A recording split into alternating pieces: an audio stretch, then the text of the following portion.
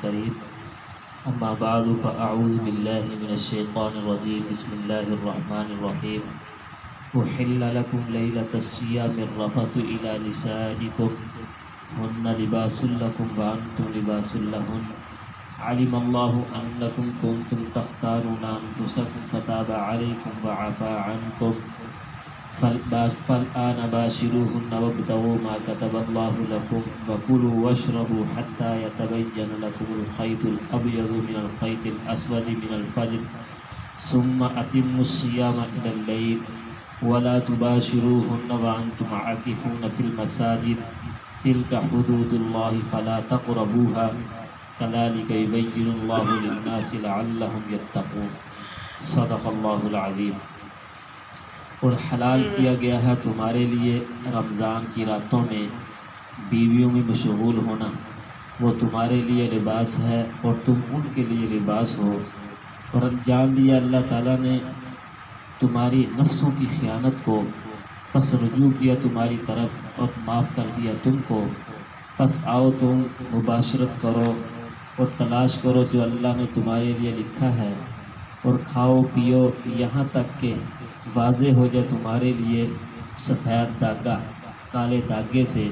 من الفجر اور فجر سے، پھر پورا کرو تم روزے کو رات تک، اور نہ مباشرت کرو تم اس حال میں کہ تم اعتکاف کرنے والے ہو مسجد میں، یہ اللہ کی حدودیں ہیں پس نہ قریب جاؤ ان کے، کذالک یبین اللہ، اور اسی طرح اللہ تعالیٰ واضح کرتے ہیں اپنی نشانیوں کو لوگوں کے لیے تاکہ تم اللہ سے ڈرو۔ شروع رکوع میں رمضان کا تذکرہ تھا، پھر اللہ رب العزت نے رمضان کی فضیلت بیان فرمائی کہ اس میں قرآن کریم کو نازل فرمایا، پھر اپنا تعارف کرایا کہ ہر کام میں اللہ سے مدد مانگو، اس لیے کہ اللہ سب سے زیادہ تمہارے قریب ہے۔ اور ان آیات میں پھر رمضان کا تذکرہ فرما رہے ہیں۔ ابتدائی اسلام میں روزہ تھوڑا سا سخت تھا، اس طرح کہ روزہ رات سونے سے پہلے اگر کھا لیا پی لیا، سونے کے بعد کوئی چیز کھانی پینی نہیں تھی۔ مثال کے طور پر مغرب کے بعد کھایا پیا اور اس کے بعد اگر سو گیا، سونے کے بعد اب کچھ کھا نہیں سکتا تھا، اگلے دن پھر مغرب کے بعد کھانا تھا، تھوڑا سا سخت تھا۔ ایک صحابی تھے، وہ آئے شام کو گھر آئے، پوچھا بیوی سے کچھ کھانے کے لیے ہے؟ کہنے لگے کہ آپ بیٹھے میں تیار کر کے لے کے آتی ہوں۔ ذمہ دار آدمی تھے وہ صحابی، ذمہ دار تھے، تو ذمہ دار جب آئے کھیتوں سے تھکا ہوتا ہے تو ان کو نیند آ گئی۔ جب ان کی بیوی کھانا لے کر آئی تو بڑی پریشان ہوئی کہ نہ انہوں نے کچھ کھایا ہے، اب روزہ بھی دوبارہ رکھنا پڑے گا۔ انہوں نے اسی طرح دوسرا روزہ رکھ لیا۔ شام کا وقت جب ہوا تو وہ بے ہوش ہو گئے۔ حضور صلی اللہ علیہ وسلم کو خبر پہنچی تو اس وقت یہ آیت نازل ہوئی کہ اب پہلے کیا تھا، سونے سے پہلے کھانا تھا، اب ان آیات میں اللہ رب نے فرمایا کہ تم جو ہے صبح تک کھا سکتے ہو۔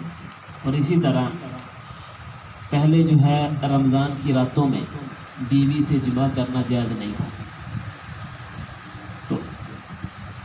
حضرت عمر رضی اللہ تعالیٰ کے بارے میں بھی آتا ہے، اور ایک اور صحابی ہیں، انہوں نے اسی طرح رات کو جو ہے آئے، بیوی سے کہا کہ حاجت پوری کرنی ہے، وہ کہنے لگے میں نے تو سو گئی تھی، تو کہنے لگے نہیں تو بہانہ لگاتی ہے، تو جماع کر لیا۔ تو حضور صلی اللہ علیہ وسلم کو جب پتہ چلا، پھر اللہ رب العزت نے یہ آیت نازل فرمائی، علم اللہ انکم کنتم تختانون انفسکم، جو تمہارے نفسوں نے خیانت کی نا اللہ تعالیٰ نے جان لیا، تو اس لیے اللہ تعالیٰ نے تمہارے لیے آسانی فرمائی کہ رمضان کی راتوں میں تمہارے لیے جماع جو ہے جائز قرار دیا۔ ان آیات میں یہی ہے کہ اللہ تعالیٰ فرما رہے ہیں کہ رمضان کی راتوں میں تمہارے لیے جماع کرنا جائز ہے بیویوں سے، اس لیے ہن لباس لکم وانتم لباس لہن، کہ بیویاں تمہارے لیے لباس اور تم ان کے لیے لباس ہو۔ اس لیے کہ جس طرح لباس آدمی کے عیب چھپاتا ہے، اسی طرح مرد اور عورت ایک دوسرے کے عیب چھپاتے ہیں۔ جس طرح لباس اور جسم کے درمیان کوئی چیز حائل نہیں ہوتی، اسی طرح میاں بیوی کے درمیان بھی کوئی چیز حائل نہیں ہوتی، اس لیے لباس سے تشبیہ دی ہے۔ اور اسی طرح اسی لیے حدیث پاک میں آتا ہے کہ کوئی مرد اپنی بیوی کے راز جو ہے اپنے دوستوں میں بیان نہ کرے، اور اسی طرح کوئی عورت اپنے مرد کے عیب جو ہے یا راز جو ہے وہ اپنی سہیلیوں میں بیان نہ کرے، اس لیے کہ جس طرح لباس ایک دوسرے کو چھپاتے ہیں اسی طرح میاں بیوی کے درمیان جو رشتہ ہے ایک دوسرے کو چھپانے کا ہے۔ اس لیے اللہ فرمائے ہن لباس لکم وانتم لباس لہم، وہ تمہارے لیے لباس ہے تم ان کے لیے لباس ہو۔ آگے فرمایا علم اللہ انکم کنتم تختارون انفسکم، اللہ تعالیٰ نے جو تمہارے نفسوں نے خیانت کی ہے، یعنی رمضان کی حالت میں آپ نے بیویوں سے جمع کر لیا ہے، اللہ تعالیٰ نے جان لیا ہے کہ آپ برداشت نہیں کر سکتے اس کو، اس لیے اللہ تعالیٰ نے تمہارے لیے جو ہے رمضان کی راتوں میں جمع کو جائز قرار دیا۔ پھر فرمایا فتاب علیکم وعفا عنکم، جب آپ سے یہ گناہ ہو گیا تھا آپ نے توبہ کی، اللہ رب العزت نے آپ کی توبہ کو قبول فرمایا۔ تو اس لیے جب بھی ہم سے گناہ ہو جائے گا فوراً اللہ رب العزت کی طرف رجوع کرنا چاہیے، دل سے ندامت آ کر ندامت کے ساتھ اللہ رب العزت کی طرف رجوع کریں گے، اللہ رب ہمارے گناہوں کو معاف فرما دیں گے۔ اگر فرمایا فالآن باشروہن وابتغوا ما کتب اللہ لکم، تو جب آپ نے بیویوں سے جمع کرنا ہے یا بیویوں سے ملاپ کرنا ہے تو ذہن میں یہ بات نہیں ہونی چاہیے کہ صرف ہم نے اپنی نفسی خواہش کو پورا کرنا ہے، بلکہ جو اللہ رب العزت نے تمہارے لیے لکھا ہے یعنی اولاد ہے اس کی نیت بھی آپ نے کرنی ہے کہ اللہ رب العزت مجھے اولاد دے، اس کو میں پھر دین کے لیے وقف کروں گا یا پھر جو ہے اس سے نسل جو ہے آگے چلے گی۔ اس لیے جب بھی ہم نے بیویوں سے ملنا ہے تو یہ نیت بھی ہونی چاہیے۔ تو اللہ رب العزت کہ وابتغوا ما کتب اللہ لکم، جو اللہ رب العزت تمہارے لیے لکھا ہے اس کو بھی تلاش کرو، وہ اولاد ہے۔ تو اس لیے جب بھی ہم نے اس طرح ملاپ کرنا ہے تو یہ بھی نیت ہونی چاہیے ساتھ۔ آگے فرمایا وَكُلُوا وَاشْرَبُوا، تو آپ کھاؤ پیو حَتَّى يَتَبَيَّنَ لَكُمُ الْخَيْطُ الْأَبْيَضُ، یہاں تک کہ سفید دھاگہ ظاہر ہو جائے۔ اب دیکھو صحابہ کرام جو ہے وہ عربی دان تھے۔ عدی بن حاتم جو حاتم تائی کے بیٹے تھے تو وہ فرمانے لگے جب یہ آیت نازل ہوئی میں نے 2 دھاگے لیے، ایک سفید اور ایک کالے رنگ کا، وہ دونوں اپنے سرہانے کے نیچے رکھ دیے۔ تو دیکھتا رہا کہ قرآن کریم میں ہے کہ سفید دھاگا کب ظاہر ہو جائے، تو دیکھتے رہے کہ 2-3 دن کے بعد حضور صلی اللہ علیہ وسلم کے پاس آئے، یا رسول اللہ میں نے تو اس طرح کیا ہے۔ حضور صلی اللہ علیہ وسلم کہ آپ کے دھاگے کیسے ہیں؟ اس سے مراد تو ہیں رات کی سیاہی، اور سفید دھاگے سے مراد ہے صبح کی سفیدی۔ تو دیکھو عربی دان تھے لیکن پھر بھی حضور صلی اللہ علیہ وسلم کی طرف رجوع کرنا پڑا ان کو کہ اس کا مطلب کیا ہے۔ پھر بعد میں یہ من الفجر کا لفظ بعد میں نازل ہوا، پہلے یہی لفظ تھا کہ یہاں تک کہ سفید دھاگا ظاہر ہو جائے، اور دھاگے سے مراد یہاں ہے صبح کی سفیدی، لکم الخیط الابیض، اور کالے دھاگے سے مراد ہے رات کی سیاہی۔ تو آج کل تو اللہ رب العزت ہمارے لیے بہت بڑے انعامات کی ہے، اللہ کی بہت بڑی نعمتیں ہیں کہ یہ ساری چیزیں پہلے جو ہے لوگ جو ہے بیٹھ جاتے تھے اور صبح کی سفیدی کا انتظار کرتے تھے پھر وہ روزہ بند کرتے تھے۔ آج کل تو اللہ رب العزت ہمارے لیے انعامات، یہ اللہ کی بہت بڑی نعمتیں ہیں جو ہمیں حاصل ہیں، ہمیں کوئی اس چیز کا جو انتظار نہیں کرنا پڑتا، یہ سارے ٹائم ٹیبل جو ہے نکال کے ہمیں سامنے رکھ دیے گئے ہیں۔ تو اس لیے دین کا جو بھی مسئلہ ہو جب تک صحابہ کی طرف رجوع نہ کیا جائے یا سنت کی طرف رجوع نہ کیا جائے قرآن سمجھ میں نہیں آتا، اور اسی طرح حضور صلی اللہ علیہ وسلم کی جو احادیث ہے وہ صحابہ کی طرف رجوع نہ کیے اس وقت سمجھ نہیں آئیں گی۔ تو اس لیے یہ ساری چیزیں جو ہیں آپس میں ملی ہوئی ہیں، قرآن سمجھنا ہو تو حضور صلی اللہ علیہ وسلم کی سنت کی طرف جانا پڑے گا، اور حضور صلی اللہ علیہ وسلم کی سنت کو سمجھنا ہو تو صحابہ کے طریقے کو دیکھنا پڑے گا۔ اس لیے جب تک ہم ان چیزوں پر ایمان نہ رکھیں گے ہمارا ایمان کامل نہیں ہو سکتا۔ جب صحابہ کرام عربی دان تھے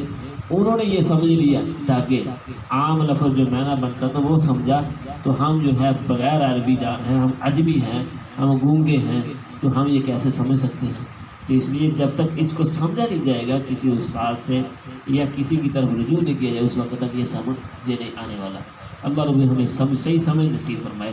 آگے فرمائے وَلَا تُبَاشِرُوهُنَّ وَأَنْتُمْ عَاكِفُونَ فِي الْمَسَاجِدِ، جب تم اعتکاف کی حالت میں ہو تو اس وقت اپنے بیویوں سے ملاپ نہیں کرنا، اس لیے کہ یہ مسئلہ ہے نا کہ طبی عذر ہو یا شرعی عذر ہو مسجد سے باہر نکلنا جائز ہے۔ مثال کے طور پر کسی مسجد میں واش روم نہیں ہے تو واش روم کرنے کے لیے جانا جائز ہے، اور اسی طرح شرعی عذر کہ کسی مسجد میں جمعہ نہیں ہوتا، وہاں سے جامع مسجد میں جانا، جمعہ پڑھنے کے لیے جانا جائز ہے، اور اسی طرح اگر کسی کے گھر میں کوئی کھانا پہنچانے والا نہیں ہے، کھانا لانا گھر سے جائز ہے۔ تو اس لیے فرمایا تو یہ چیزیں جائز ہے، کھانا لانا جائز ہے، اور اسی طرح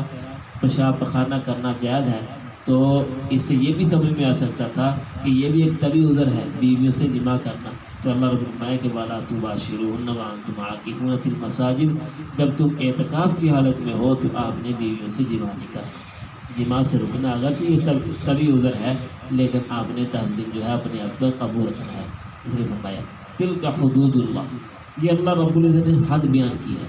کہ اس سے آگے نہیں بڑھنا، تلک حدود اللہ، اس سے آگے نہیں بڑھنا، بلکہ اس کے قریب بھی نہیں جانا۔ جیسے کوئی آدمی جو ہے جو وارڈ لگا دے کہ بھائی اس کو آگے نہیں آپ نے جانا، اگر جائیں گے تو پکڑے جائیں گے، جیسے بارڈر لگا ہوتا ہے، فوجی کو آگے جانے کی اجازت نہیں ہوتی، اگر چلا گیا تو انڈیا والے یا وہ انڈیا والا ادھر آ گیا تو وہ پکڑ لیں گے۔ تو اس لیے اللہ رب العزت نے یہ بارڈر لگایا ہوا، تلک حدود اللہ، یہ اللہ کی حدیں ہیں، اس کو پار نہیں کرنا بلکہ اس کے قریب بھی نہیں جانا، اس سے دور رہنا ہے۔ پھر کیا ہوگا؟ کذالک یبین اللہ للناس، اللہ رب فرمانے کہ یہ اللہ رب العزت لوگوں کے لیے اپنی نشانیاں بیان کرتے ہیں تاکہ یہ اللہ تعالیٰ سے ڈرنے والے بن جائیں۔ اس لیے کہ جب ہمیں پتہ ہوگا کہ یہ شریعت کی حد یہ ہے تو پھر اللہ رب العزت کا ڈر ہمارے دل میں آئے گا، ہم اللہ کے خوف سے اس کے قریب نہیں جائیں گے۔ تو اس لیے اللہ فرمائے کہ یہ حد لگا کر اس لیے حدیں لگائی ہیں تاکہ ایمان والوں کے دل میں اللہ کا خوف آ جائے۔ جب اللہ کا خوف آ جائے گا، یہ ہماری دنیا میں آنے کا مقصد اللہ کا خوف ہے۔ جب اللہ کا خوف ہمارے دل میں آئے گا، ہم اللہ تعالیٰ کے قریب جائیں گے تو اللہ تعالیٰ کی محبت ہمارے دل میں آئے گی، تو یہ ہمارے دنیا میں آنے کا مقصد حل ہو جائے گا۔ تو یہ چیزیں تھیں جو رمضان کے بارے میں اللہ رب العزت نے بیان فرمائی ہے کہ پہلے جو تنگی تھی پھر اللہ رب العزت آپ پر آسانی کی، اس لیے تو پہلا روزہ سخت تھا، پھر اللہ رب العزت نے ہمارے اوپر جو ہے سختی کو دور کیا، یہ انسانوں کی طبیعتوں کو دیکھ کر۔ اس لیے کہ اللہ رب العزت کہ لا یکلف اللہ نفسا الا وسعها، کہ کسی انسان کو اللہ رب العزت اس کی برداشت سے زیادہ اس پر بوجھ نہیں ڈالتے، تو یہ برداشت سے زیادہ بوجھ تھا، اللہ رب العزت نے کم کیا۔ اللہ رب العزت آپ کو بھی صحیح سمجھ نصیب کرنا ہے۔ بسم اللہ الرحمن